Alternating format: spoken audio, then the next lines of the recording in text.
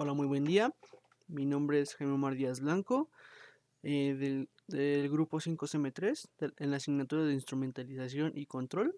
Y el día de hoy voy a explicar la práctica 1, el detector sísmico con geófono. Bueno, para empezar necesitamos saber qué es un sismo.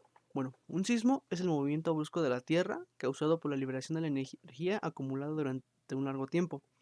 Habitualmente estos movimientos suelen ser lentos e imperceptibles, pero en algunos el desplazamiento libera una gran cantidad de energía. Y esto ocurre cuando una de las placas se mueve bruscamente en contra otra, rompiéndola y así originando el terremoto.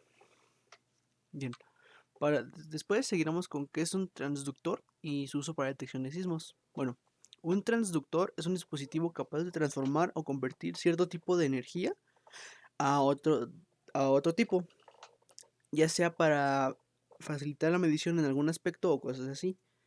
Y su uso para la detección de sismos es que al ser capaz de convertir un tipo de energía a otro, se puede utilizar para convertir la energía que genera el movimiento de las placas tectónicas y convertirlo en energía eléctrica y así poder medirlo en base a la frecuencia de dicha corriente.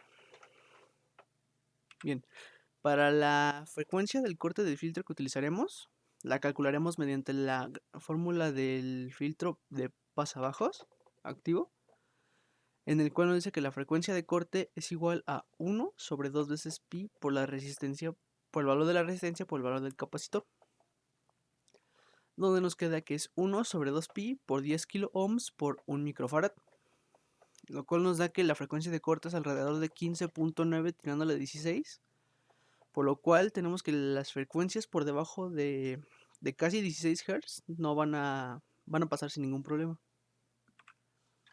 Para los materiales de este detector de sismos utilizaremos dos amplificadores operacionales LM324, 5 LEDs, 12 resistencias de 1 kilo ohm, 3 resistencias de 10 kilo ohms, una resistencia de 2 kilo ohms y un capacitor de 1 microfarad. Muy bien, ahora para el análisis del circuito, lo que haremos es que donde está el seguidor de voltaje en el buffer, aquí se colocará el geófono en el pin no inversor. El buffer lo que va a hacer es que si la corriente no es muy pequeña debido a la impedancia, nos va a facilitar, nos va a entregar una corriente mejor o necesaria para que así se pueda modificar y analizar para el resto del circuito. Después tenemos que la corriente pasa por un filtro de pasabajos activo, donde las frecuencias arriba del casi 16 Hz no van a pasar, para después pasar a un amplificador no inversor, el cual nos va a potenciar la corriente que ya tenemos, para después llegar a una serie de 5 comparadores de voltaje, donde todos en el pin inversor están conectados a 5 volts, pero con diferentes resistencias, haciendo que cada uno tenga un voltaje diferente.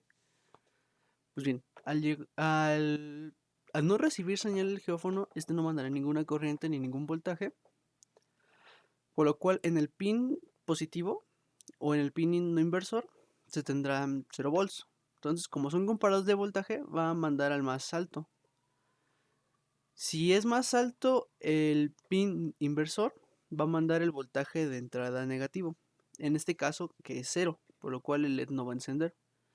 Y cuando el geófono detecte algo y este entre en las frecuencias permitidas, el voltaje va a llegar al pin no inversor, por lo cual se irán comparando los 5 y dependiendo en cuáles sí sea mayor, se va a enviar el voltaje de entrada positivo, que son 5 volts, por lo cual los LEDs se encenderían dependiendo del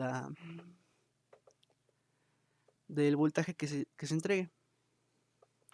Y bien, ahora les mostraré un pequeño video demostrativo de que mi práctica sí funcionó, sin problemas.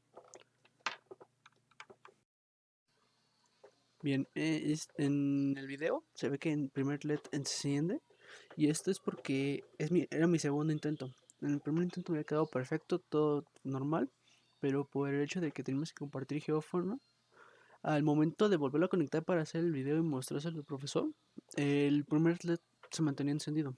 No sé si era porque algún problema del geófono o algún problema mío, pero quería aclararlo. Ya sería todo.